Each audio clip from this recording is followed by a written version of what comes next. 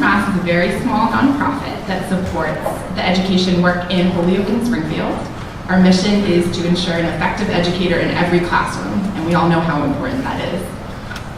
And one of the things that I wake up every day and go to work is for educational equity and really thinking about the students and how every single student in Holyoke and Springfield deserves to have the best possible teacher. And I'm very excited to have a great panel tonight. And there's been a lot of positive work that's happened in the last 3 years, which I think we do need to celebrate and recognize. And there's also a lot more work to do. And so we're going to dig into some of those sort of discussions tonight and speak to the wonderful panel here with a lot of really amazing educators.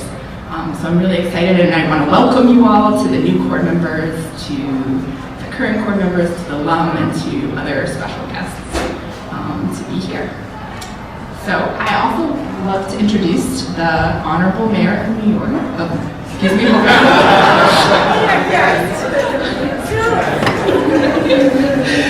Holyoke, who is in his 4th term, and he is a wonderful support to the Holyoke Public Schools. He was a product of the Holyoke Public Schools, and he's done some wonderful work here in Holyoke, supporting the Holyoke Public Schools. So I'll introduce him.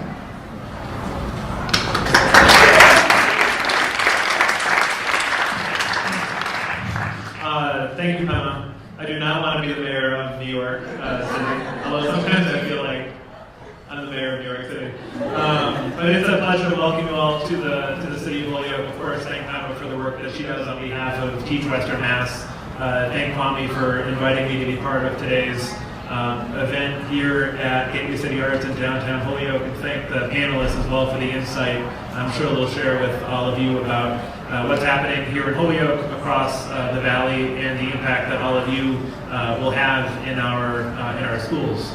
Have any of you spent much time in Holyoke before? Is anyone from Western Mass? I know you guys live in Holyoke, so that's no fair. Some of you have spent some. So raise your hand if you're from Western Mass. So a few of you are from Western Massachusetts. So I'll just provide a little bit of context. As Kama said, I am in my 4th term now as mayor. I was elected back in 2011 at the age of 22, and I'm a product of our city's public schools, and I often talk about my experience growing up here in Holyoke.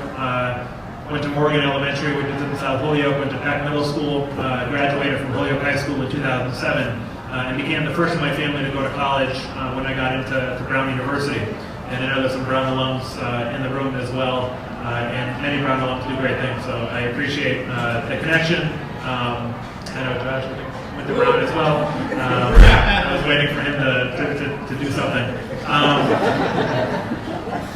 But this role of education that played in my life and that's playing in the life of so many of our young people in the city of Holyoke, when I think about the work that we do in Holyoke, we can't have a strong city without strong schools.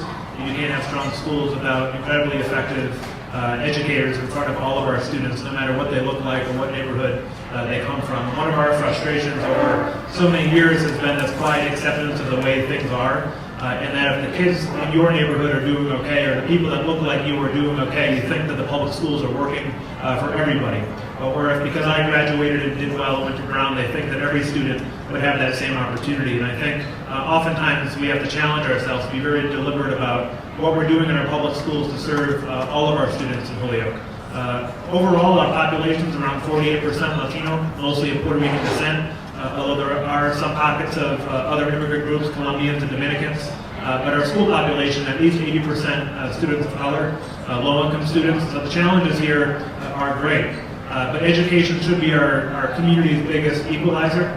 We shouldn't bow down or lower our expectations of our students because of their backgrounds or where they come from. I think our students are ready to rise to the challenge, and I think all of you offer a unique perspective of making sure all of our students do well in the public schools. And if we can solve some of those deep challenges around education, I know that in the long term, our city's economic base, our public safety image, things that are happening here in downtown will be much more meaningful and likely with strong public schools.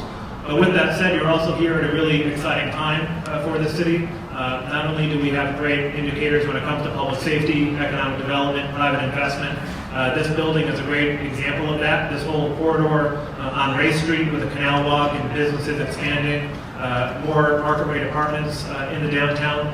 You're also arriving at the schools at a time where we're seeing transformation. When I took office, we had a 49% graduation rate over 4 years. We just announced a few weeks ago that we're hitting nearly 70%, but still. And I do want to thank Dr. Reich and Luis Soria and the entire team in Holyoke Public Schools and the teachers that have taught there for their role in that. But we also recognize we have a lot more work to do to fulfill that promise to all of our young people. In addition to that, we're also engaging to move away from the K-8 model and return to a middle school model. The last time we had a new constructed school in the city was in 1989, and so which happens to be the year I was born. And so I think it's well past due that we actually build a new school in the city. So right now we're moving forward on the construction of 2 brand new middle schools in the city, and that is a result of a lot of feedback and conversations with community residents. But again, I just wanted to be here to thank you all for choosing to get into education, public education in particular. I know many of you are talented with great educations and skills, and you're choosing to get and benefit our young people in cities like Springfield and in Holyoke. And as you spend more time in Western Mass, please think about Holyoke as a place to spend time with your friends and to have a good time. I see many of you already have a drink in your hand on a Friday afternoon. So enjoy yourselves and enjoy the rest of your afternoon. And don't hesitate to call on me or my office if we can help with the transition at all. Thanks again.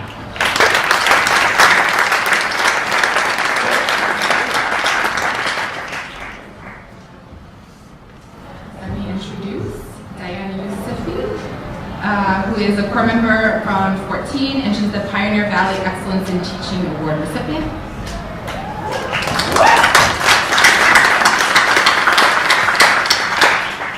Hi guys.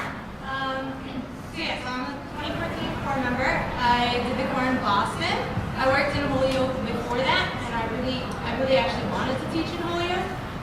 So that worked out perfectly that I came back and was able to do that. Anyone live in or work in Holyoke right now? My people over there, all right. Yeah, so I'm from Western Massachusetts. My family lives in Springfield. I moved here from Arizona in 8th grade. I've been in the area a long time. There is lots of things to do. It doesn't always look like it right off the bat. So welcome. So I'm going to talk a little bit about Holyoke, which is a very interesting and kind of awesome place to be. Holyoke has a lot of innovation happening right now. So especially at our middle school level, there's been like a long period of time where we've had not a whole lot of options for our middle schoolers, and they've just kind of been stuck in the same one way of learning. So we have a STEM Academy opening, we have Veritas Prep coming, and we have our P3 program. Just to create more personalized, that one is personalized pathways, but just to make more pathways for students, so students of all kinds of learners can get what they need in their education. So we're kind of moving away from that one size fits all. So yeah, so it's very exciting. And I can say, because I work at Peck Middle School, and it's 4th to 8th grade. Thank you, Betty. And I work as the Building English Learner Lead. So I can say if anyone ends up in ESL, Holyoke is a cut above for ESL, which is still really ambiguous in a lot of places. And so from that lens, Holyoke has really made some fantastic gains in that arena, and really trying to think of how all of our students can get the same quality of education. And if you're an emerging bilingual learner, as I like to say instead of English learner, that's an asset. And so as compared with other places I've been, and other people I talk to in other districts, we're really doing some wonderful work at that level and really celebrating our students' strengths and assets. So hopefully you will end up here and enjoy it. So yeah, enjoy our time.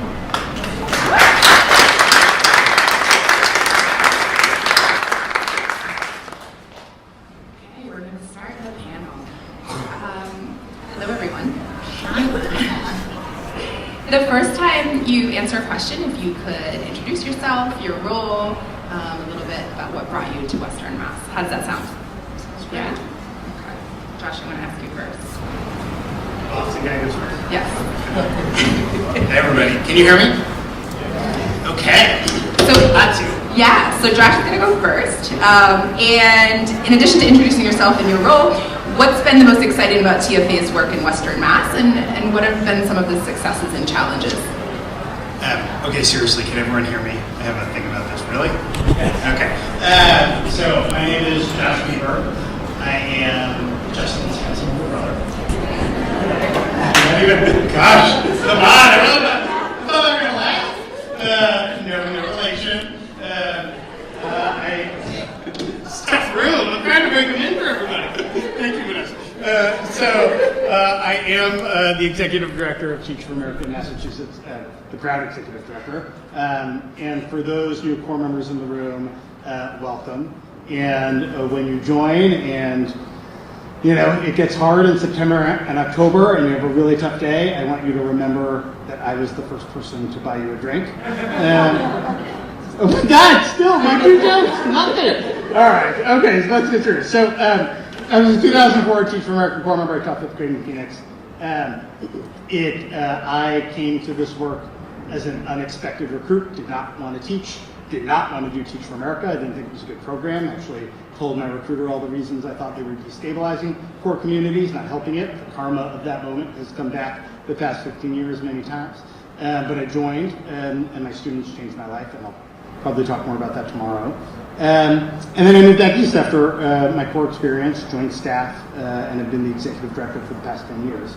And it is a little odd for the Boston guy to go first, and so I prefer to defer to everybody else. But I think that, but I could lend some perspective, which is, so for years we've been working in other parts of Massachusetts, and along the way there was always this question around, can we and should we come to Western Massachusetts? And at least once a year I would drive on the Pike and I'd meet with Barry Wallachy and others, and I would, the positive thing was there would be this deep encouragement for us to come do our work here, and I unfortunately would say, gosh, that's far away, and I don't know how to do it, and we've got to raise money, and for years it didn't happen, and then, I want to give a big shout out to Kwame Webster. I hope this whole weekend is like a massive celebration of that man.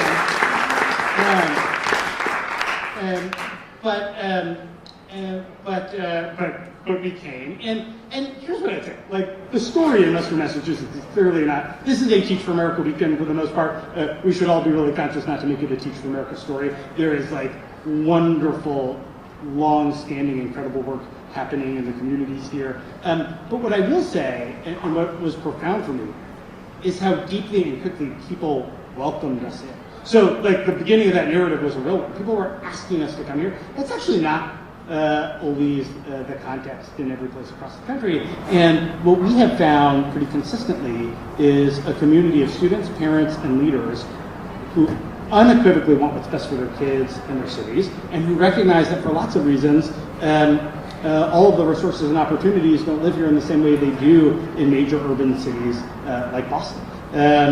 And because of that, there's like a hunger and a desire and an openness to bring in newcomers. And I think there's a role for newcomers. And I think Teach for America, whether you are from here or from somewhere else, I like to think we have played a meaningful role. But the thing that has signified the work here is like what a vibrant, welcoming, hungry community this is to make rapid change. And at least for our small part, it gives me real pride that we've gone from, I think we had maybe 3 Teach for America alumni living here 36 months ago, and we now have, and tomorrow, a room full of nearly 150 people. And in a place this size, I think we can be an important partner in the work.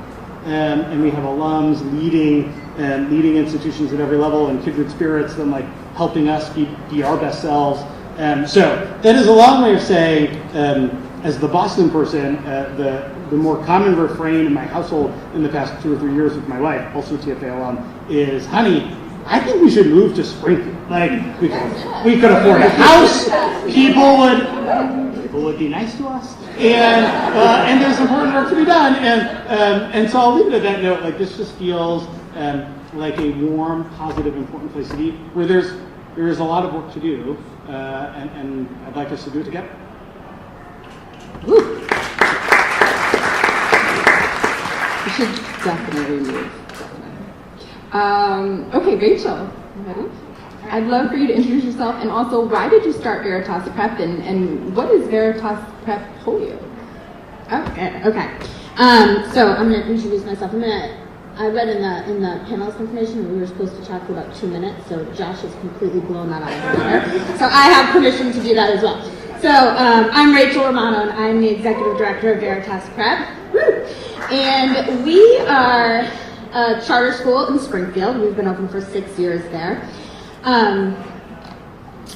And we will soon be a district school in Holyoke, Veritas Prep Holyoke. And we are it's especially exciting for me because I grew up here in Western Mass. And like Josh, I never thought I would be a teacher, let alone start a charter school or open a school in Holyoke. I mean, I still sometimes think this is crazy. But I sort of stumbled into teaching in Springfield. Desmond Caldwell will remember. He was the first person I met when I was hired like 2 days before the start of the school year in 2002. And I was like so wide-eyed, and I remember you looking at me like, oh girl. But we had some really good times at Duggan Middle School, and working with kids there was so inspiring, and but also so frustrating at times. Not the kids, they were the great part, and so were their parents, and so were my colleagues, like Desmond and Ashley. But it was really hard to be working in a school within a district at that time where we just didn't have a whole lot of autonomy. We didn't have the kinds of flexibility we needed to really make the changes that were going to impact our lives as teachers and therefore impact our lives with students and their trajectory as learners in the school. So really, Veritas Prep started as like a fantasy back in like 2006, 2007. I had heard about these charter schools and thought like, wow, that would be really cool. We should open a charter school. And it took me a few years from that point, but I did the Building Excellence Schools Fellowship, and in 2010, with support from people like Mary Walke and other awesome people in this community, we opened our doors at Veritas in 2012. And at that time, it wasn't that long ago, but feels like yesterday to me, but at that time, Western Mass was sort of like an education reform desert. I mean, it was like you could hear crickets around here. Like people would say, when I would say like, we're like, really excited to like reform urban education in Western Mass, and people would kind of look at me and honestly ask like, what does that even mean? Like it didn't really mean anything to folks here. And so Veritas has been such an incredible experience because we really did bring a proof point to Springfield and to this community. And I will say that Teach for America, we love you, Josh, we love you, Kwame, because it was a real game changer for us. And now, right, TJ and Olivia, more than 50% of our team, our TFA, I had to ask them, what percent? They said 80 to start, but it's not. It's like 50% of our team, our TFA core members are alumni, and it's really been an unbelievable experience to partner with Teach for America. So, did I answer the question? Yes. All right, good. Good job. So Jackie, you're up. So Jackie, if you could tell us a little bit about your students and what do you want to be true for them in 3 to 5 years, in addition to introducing yourself and anything else you'd like to add. Hi everyone, can everyone hear me? Okay. I'm Jackie, I'm Taylor. Kids and staff call me AT, you can call me either or, I'll answer to pretty much anything. This is my second year as head of school at Phoenix Charter Academy in Springfield. We are a public charter school. The word alternative is used before that, which sometimes gives the wrong impression of what we do. We are an alternative to other academic opportunities that our scholars have had. And what does that mean? It means that we specifically look for, we call our students scholars, who have been off track before, may have been incarcerated previously, teen parents, or just unsuccessful in bigger school settings or any school settings. And so we have kids who have been truant for 3 to 5 years coming back. We have kids that just got out that are coming through our doors. We have 8th graders that just wanted a small school. We've got overage. We accept students from 14 to 24. So our student population is a little bit different, and I think that's what makes them truly special. And our school is very unique in the sense that it is, for some of them, it feels like the last chance, but I really would say it is their first chance of feeling successful, seen, and valued. And so, asking this question for 3 to 5 years, and we have a very lofty mission about making sure that we can reconnect disconnected students to college and beyond. And I think in 3 to 5 years, what I would want for my students is for them to be empowered, to know who they are, to know that there'll be systems of oppression that will continuously rub against them with tensions, and that they have the confidence and belief in themselves and the support systems they have brought and built within our school in order to disrupt change, to create, and be activists. I really want each and every single one of our scholars to have this thematic social justice through their games, and that every single day for them is a fight and will continuously be a fight, and that I hope that our school, our educators, myself, can help them on that journey.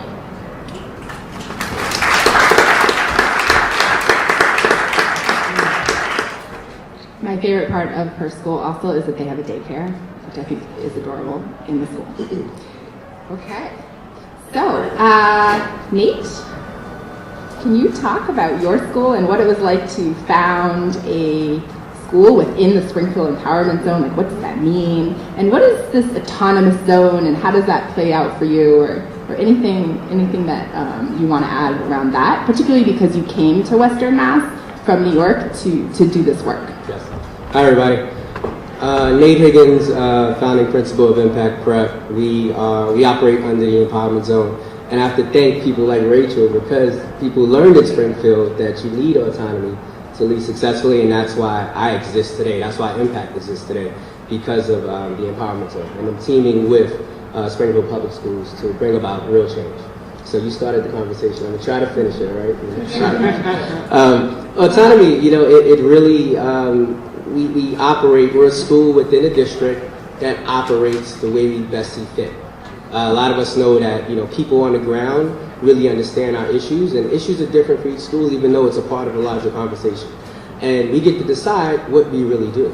So I get to decide how we, what we spend on budget. Like today we went to see Black Panther, Resist the Shiki,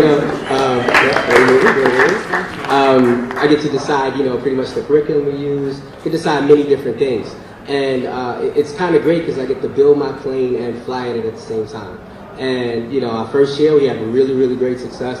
We're catching up to Veritas slowly catching up to Veritas. And, and this year, it's our second year we're building. Next year we'll have a full middle school, 6, 7, 8, and with the opportunity to decide what we want to do after that. But, autonomy is great, I think, because it really lets leaders decide where they best need to lead. Decide what they best need to put in place so that we can be successful and really serve our community, which ultimately our kids and our families.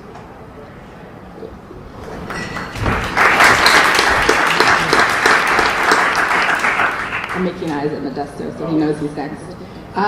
So, Modesto, in addition to introducing yourself, can you talk about what it's been like to found a school? And tell us a little bit about what makes your teachers so special, or as an alum of UMass Amherst, what brought you back to do this work? Any of those questions? That's a lot. I was late, so I think that speaks to what it's like to found a school. It is exhausting. You're constantly fighting against the clock to be everything that you need to be for your school and for your people. But good evening, my name is Modesto Montero, and I am the founder and head of school of Libertas Academy Charter School. We are the newest school in Western Mass. We opened this year. We are a 6 to 12 college prep school, so we currently have 96 graders within our program, and it is incredibly exciting and exhausting. We came through the same pipeline and work with Rachel. So Rachel is sort of like my cousin and big sister in this work. So it's great to be sitting up here in a panel with her. Why Western Mass? Why found a school? And then what's so special about our teachers? I think those were the three. Great. So prior to this role, I'll share a little bit about my background. I was born in Dominican Republic, and I grew up very, very poor. In fact, when I moved to Massachusetts at the age of 10, I could barely read or write, which is really behind academically and in lots of different ways.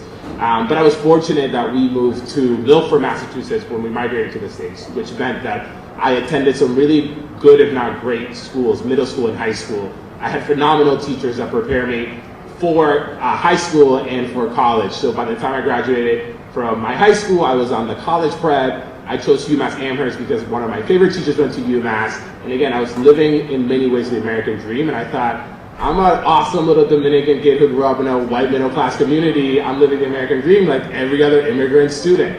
That's not the reality. When I went to UMass, I started working at Holyoke Upper Bound, volunteering in Springfield and Holyoke, and got to interact with students that share my identity, that share my background. But because of where they grew up, their educational experiences and outcomes were dramatically different from mine. And that shook me to my core. That lit a fire under my butt, and I was like, I need to look into this. I need to figure out what is so different about my experience and that of students that share my identity and my background. Like, that is fundamentally wrong. I thought I was going to pursue law school, and then Teach for America recruited me, and I was like, this sounds interesting. I'll do this teaching thing for like a year or two, and then I'll go to law school and maybe go into politics and change the world. That is my mission. Got into the classroom within a couple of hours. I was like, this is it. I love it. I love my kids. I love what I do. It is incredibly hard work, but it's incredibly rewarding what we do. To be able to educate kids that look like me, that share my identity and my background is truly and honestly a privilege of a lifetime. And I can't think of a better way to use my time and my talents. And while doing this work of opening a school is so hard, I absolutely love it. I was late because we had parent-teacher conferences, and on my way out the door, parents were trying to connect with me and talk to me about their grades and just celebrating the incredible academic progress some of our students have made, some of our students who came to our school 2 to 3 years behind in the reading skills, some of our students who had some significant behavioral challenges and were told year after year that they were not good enough, and yet they were being passed from one grade to the next and coming to us so significantly behind, and us being able to take a pause and say, yep, your student is behind, but we are here to provide all the right supports to challenge and grow them. And I'm gonna be on their face. I'm gonna ensure that they are walking alongside of us and working hard, because it is possible if you give them the right supports, and if you say what you're doing now is not good enough, we know you can get there with a whole lot of love and a whole lot of hard work. So that's why we do the work that we do. I could talk for days in terms of like the how opening a school. Long story short, you don't really get to sleep. You don't get to see your family. Your staff and your students become your family, and those that love it. And Rachel, you went through this, and you warned me 2 years ago. Many times, like, no, I'll be fine. I'll be fine. Like, all right, dude, good luck. So thank you for that. I should have listened a little bit better. Yeah. We love what we do. It's been an incredible and crazy journey, but we love what we do.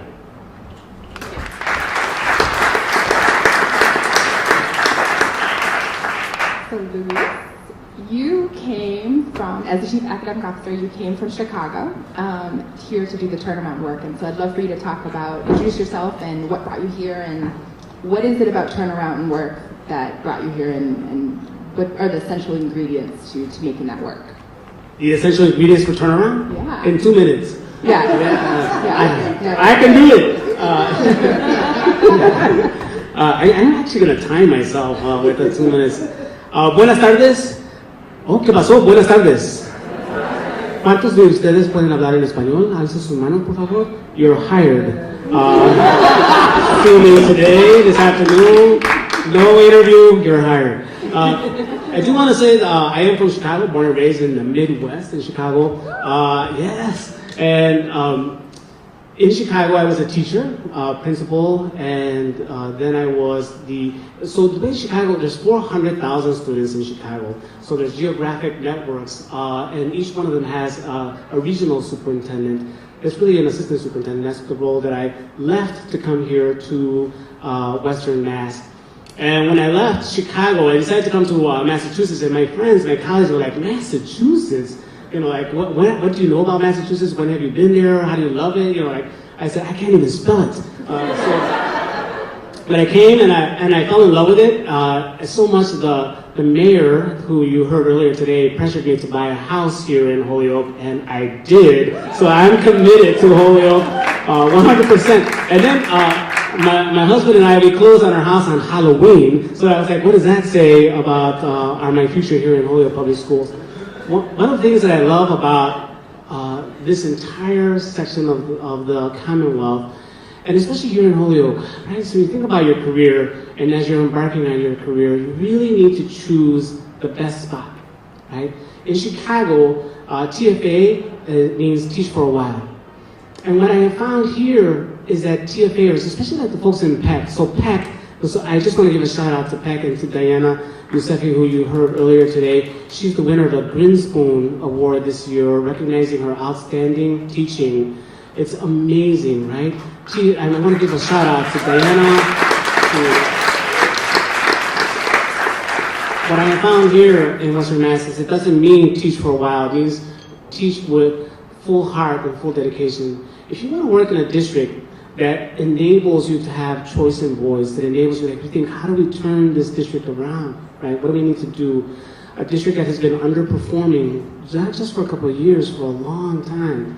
And we asked, what are the strategic moves that we would do at the district level that are strategic, that are routinized, that are systemic? It's imperfect, but we believe that we can turn this district around. We believe that they will write books about Holyoke Public Schools, and they'll ask, how did you do it? And we'll start with the teachers.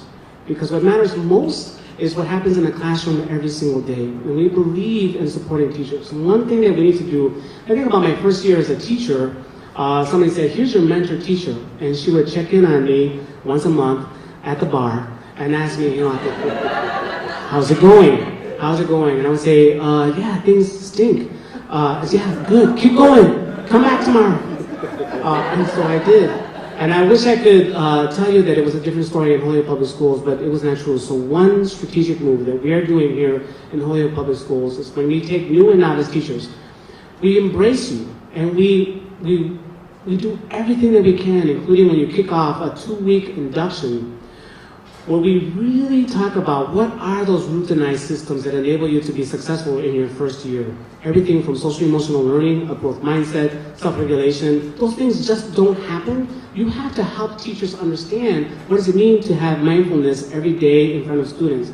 So we work with you in those first 2 weeks during the summer, and at first people mumble and grumble, they're like, what? But when we engage in first building a community of new and novice teachers so that you know each other, honor each other, and really care about each other, we work with you on strategies about SEL, classroom management, about how you engage in relationship building with students. What we have found many times is that the teachers are the triggers for how students behave in a less than positive way in the classroom. And that's not, you can teach skills, you can teach strategies, but you can't teach affect. And so we take folks from Teach for America, and we say, we're going to enable you and sustain professional development, authentic professional learning. It's about what you do, weekly coaching, a routinized system to come back into your classroom that feels sustained about the context of your classroom. So we're not pulling you out of your classroom to give you PD on something. We're giving you PD, professional learning about what matters to you most as a new and novice teacher. And we commit to you and say this is not just 1 year of professional learning for you. It happens in year 2, it happens in year 3, just as the Commonwealth has designed, but with intentional purpose now. So that you feel like you belong to a community of learners in Holyoke Public Schools, that you belong to a community of new and novice teachers. And then we're going to take care of you. We're going to honor the work that you do, and then we're going to make sure and guarantee that you're successful. This doesn't happen in a typical district. And so one of the turnaround strategies is to have sustained, rigorous professional learning that's meaningful to you, that enables you to have success so that you don't teach for a while, that you teach forever here in Holyoke Public Schools. That's our goal.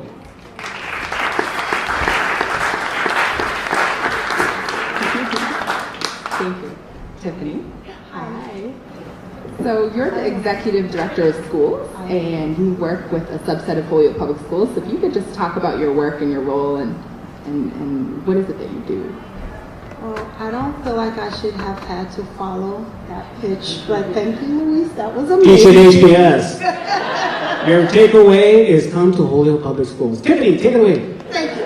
Okay, so in my role, Well, first I want to start. My name is Tiffany Curtis. I am the Executive Director of Schools. I support 4 schools in Holyoke. One of them is PEC, and we have a crew here. Yes, our alum.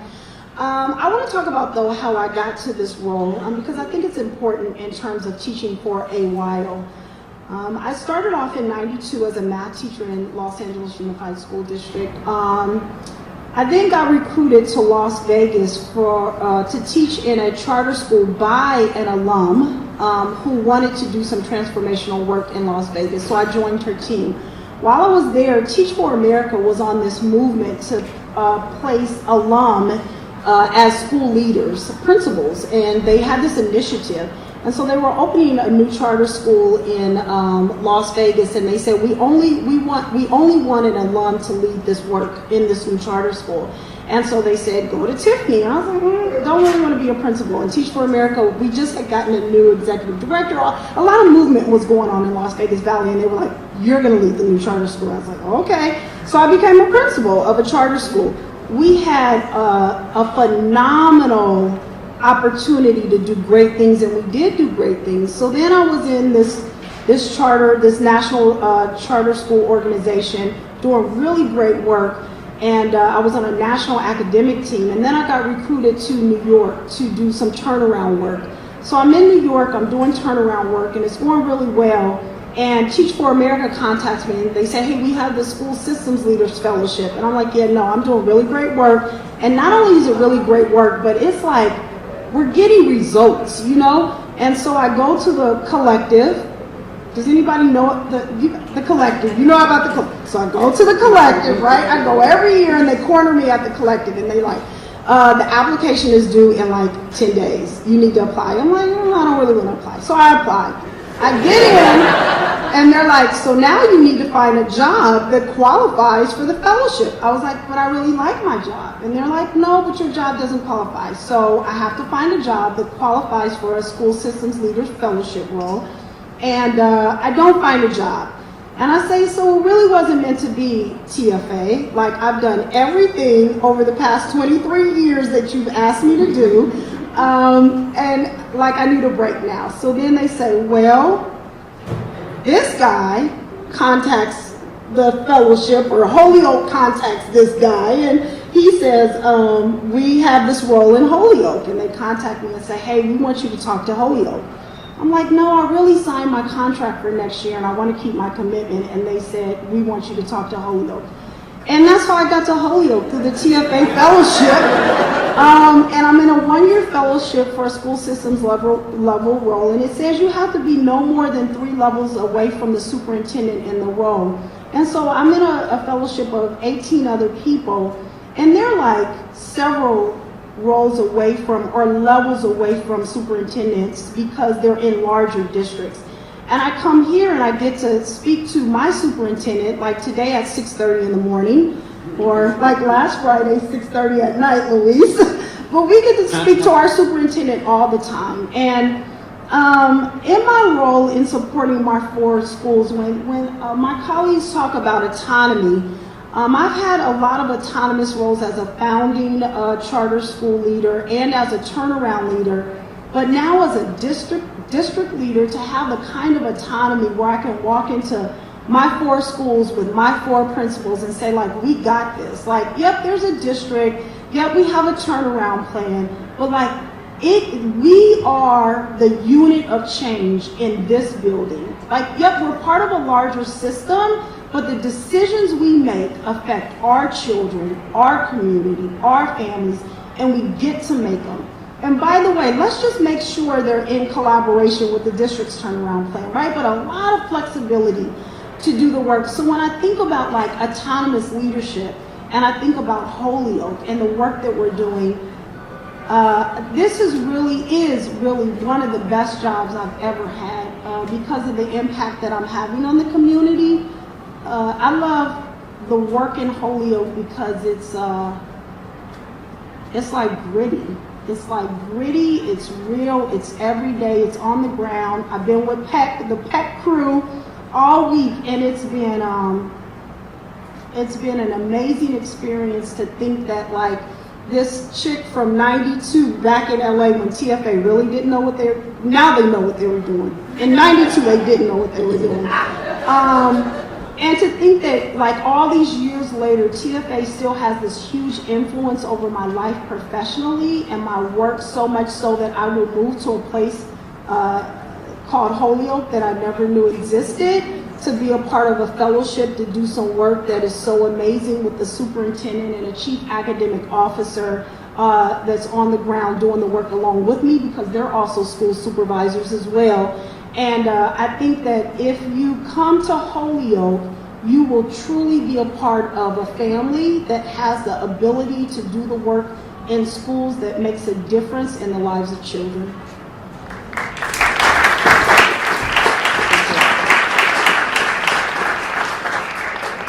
So thank you, everyone. And I think we have like maybe one more question, and this can be anybody who wants to answer the question, and I will look to you guys to really have a conversation with each other. And this will be our sort of last major question for the next 5 or so minutes. I think that there's been a lot of progress and a lot of positive change that's happened in the last 3 years in the turnaround work in Holyoke and in Springfield, and there's an amazing group of educators out here in the audience and at this table.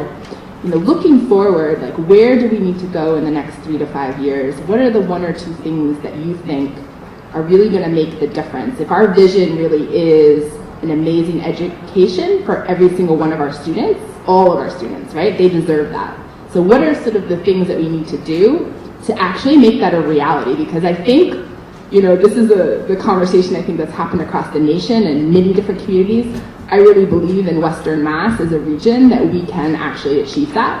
I think it's a small enough of an area, and we have enough of a tipping point of people to really do it. And I think that's super exciting. So what are some of the things that you think is going to make that happen in the next 3 to 5 years? And you can really say your piece and add to each other and have a conversation. Who wants to go first? I think that I looked at some of the challenges I had coming to the community. I think the first thing is recruitment, and it starts with people like people who are sitting here, like really recruiting people who are hungry, who want to do the work, people who want to work the 12-hour days that's needed to really make the change that's supposed to happen. People who want to work and understand the community, and people who really want to like shift the paradigm, right? Because that's what we're really trying to do up here. Also, educating the entire community. I've within my building, I see many of the challenges that our parents face, and that kind of holds our scholars back, right? So, I mean, we've done like unique things like, oh, we have an ESL Academy for parents, because we realize that, you know, 60% of my parents don't speak English, right? So let's help to teach them. So finding ways to educate the entire community and really supporting, you know, the entire, because they actually help to support the entire child. So those things I see. So I think one piece that I would add as the newest kid on the block, I feel like I'm the baby leader, so I'm gonna give myself that title, but no, thank you. I think it's been really interesting. We were very much embraced by the community, by other leaders that have opened their doors. We were at Veritas a couple of weeks ago with our team, learning some of the good stuff that's happening. I know, Nate, you've reached out. We still getting to connect. Jackie, when we held our enrollment day in Happy Building, we held it in your space. So I think about all of the ways in which our school was possible because of the tremendous support of the community, other school leaders. So there's this organic sentiment to want to help each other out and collaborate, but I think a way to formalize and say we have limited resources when it comes to talent, when it comes to funds, when it comes to space, and our ability to maximize those limited resources on behalf of our families is so critical. I don't have the capacity to think about it right now, but I hope that as we grow in 5-6 years and I have a little bit more free time, that is something that I certainly want to be a part of and welcome their efforts, both from the traditional public schools and also from the charter landscape, being able to really come together and say, hey, what can we do to support our students? What does it look like to pull resources to continue to move the ball forward? So that's something that I'm really interested in. Come talk to me in 3 to 5 years. I'm there. If you started now, let me know how I can be helpful in a limited way for now. But love to see that happen. I concur. So it's interesting that both gentlemen discussed the efforts of community, right? So a school cannot do it on its own. And I know in Holyoke, we need to have the honest and brutal conversations about race and equity and access that we have not had in a long time in terms of what really matters. And when we ask why parents are reluctant to come into the schools, to sit down and talk and just say, Señora, here's what's going on with your child, is that they don't yet feel like they have access to their own school where their children attend for a number of reasons. And I think about my own family growing up in Chicago as Mexican, Latino. Like my parents were, you know, we're going to love you and bathe you and feed you, and they're going to educate you, right? And there's still, to this extent, that feeling like school is something different where education happens. So we need to change that. In 3 to 5 years, we need to be able to have those conversations, and we're trying in Holyoke, right? A tale of two cities that needs to be much more inclusive and much more honest about why do we come with assumptions about culture and race and what does it mean, and we avoid it in schools, and we shouldn't. That should be at the forefront about what does every child really need. I always get trouble when people talk about grit. You know, you have to have grit in school. When that child wakes up and comes to school, they've already demonstrated grit. They've already revealed grit by being at your front door. And so we have to have those conversations in a way that's meaningful for children, for their parents, for the educators.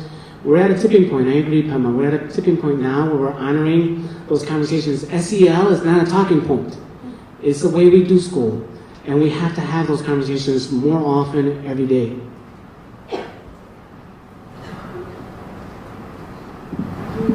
I just wanted to say that when we come to the work, I think that we need to recognize, like Louise said, you know, we need to recognize that our parents and our students come through the door with natural gifts and talents, and we have to figure out how to capitalize off of that, right? So this race, equity, all of this, like, we are the facilitators of their learning, and we have to shift the narrative in terms of, like, you said your kids changed your life. Like, I didn't know how to teach math when I was 22. Like, I probably ruined those kids' lives, right? They changed my life. Like, they made me a better what you're human. signing up for. Be a little better than that. That was 92. TFA is better now. But I think when you walk in front of your kids, you have to recognize that, like, they are bringing something into your life just like you're bringing something into their life. And that's how we're going to shift the narrative, and we're going to be able to have really difficult conversations, because in some ways, your kids and your families will be better than you. And you have to believe that. And then you have to step to the plate with what are you bringing of value to them, right? And if it is instruction, make sure it's good. Because our parents are sending the very best that they have. They're not keeping their good kids at home and sending the ones they don't want. They're sending their very best to us. And what are we going to do? We got to show up as our very best and believe that those kids are walking through the door with things that will change our lives.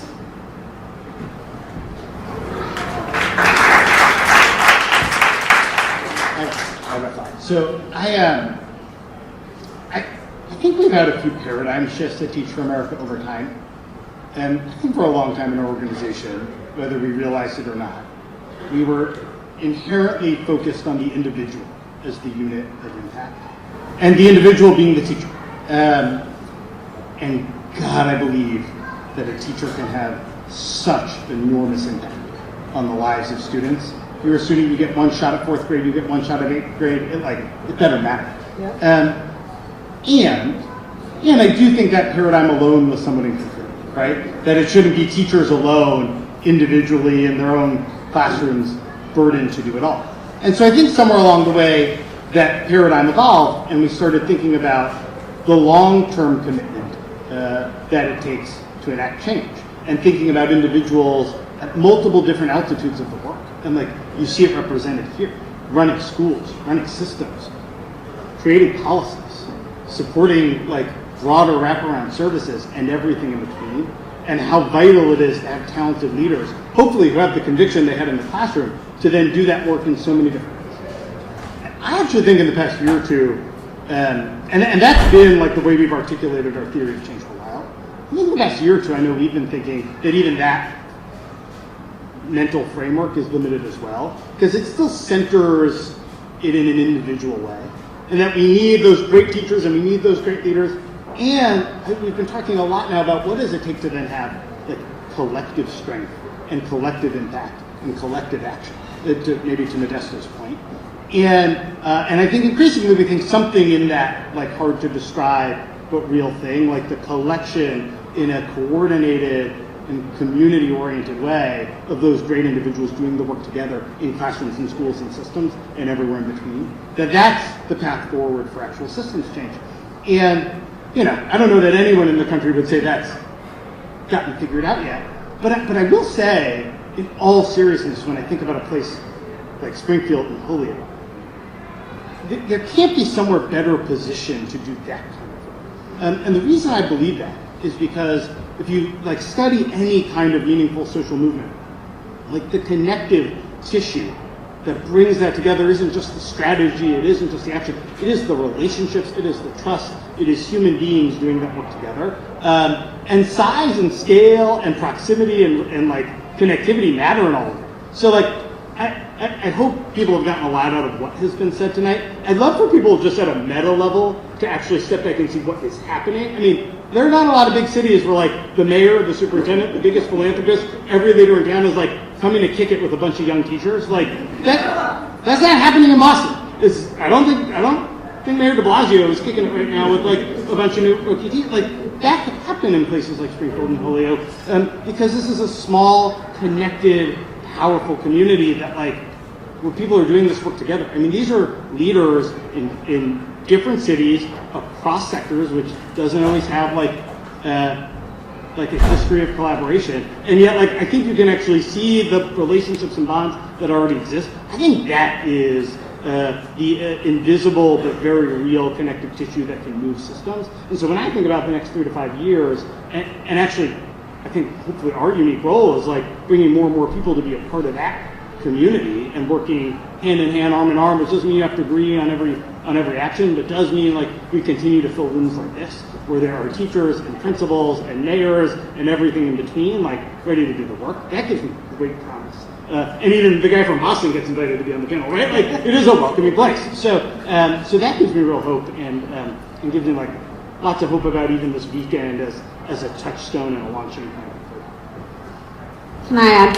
I think this is probably one of the most important lessons we've learned over the past 6 years at Veritas is, you know, in the beginning, I would have probably said what Nate said, like, you've got to just put your head down, it's these 10 to 12 hour days, and it's these Herculean efforts by individual people that get it done. And there's some of that in any new professional experience. You know, you do that when you're a new teacher, you do that when you're a new principal. But the reality is, it is the power of one united team. And the clarity of purpose of, you know, really striving for your students and their achievement as your bottom line. But that, to me, that well-supported, well-led, you know, united team rowing in one direction is where we are able to do it. That's why we can do what we do at Veritas Prep. And I think that's why Rui Rattray, principal of Veritas Prep Holyoke, and I are so excited because now we get to join forces with great district partners and do that in a bigger way in Holyoke, where we can serve almost a third of the middle school population when our school's fully grown there, and that's really powerful. And so I think I echo what everybody said. I think that's the power of Western Mass, is this, you know, what Josh is talking about is so true. This small community where we can actually really move the needle in a huge way in ways that they can't do in the bigger, sexier, exciting cities like Boston and New York. And the need here is so much greater than any of those places. So you guys have absolutely picked the right region.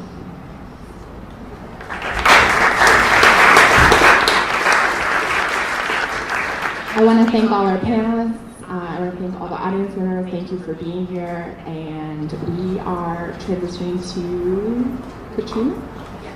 To, what is it? Oh, Katrina's going to tell you about logistics. Hold on one second.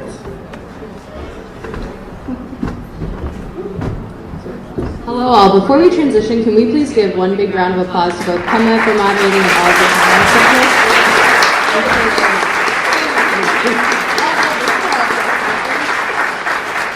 I know personally, just like every single time that I get to come back to spaces like this, I feel in all the hubbub that happens with daily life of teaching and work and all the things that just go on the ground, like this is the real kind of message that regrounds me and like why I show up every day to do what I do. So again, thank you all so much for being here and for sharing about that. Dinner, I bet you're all wondering what's happening with that. Dinner will be in the back area over there on the tables, and it's just coming out in a few more minutes, so we ask that you do hold and wait a little bit longer for food. For incoming core members, this is like your actual dinner, so please make sure that you beeline it back there and get your meal so that you're able to eat. For vegans and vegetarians, there is a vegan-vegetarian option that we ask if you're not vegan-vegetarian, maybe hold off until they've had a chance to help themselves there, and that is a veggie burger with a gluten-free bun. So that's what you're looking for those meals. And yes, we're looking forward to being able to like mingle and network with you all, and hope that we get to see you for the next little bit for some like snacks and drinks and getting everybody a chance together to talk. So thank you all so much, and nice to see you all here.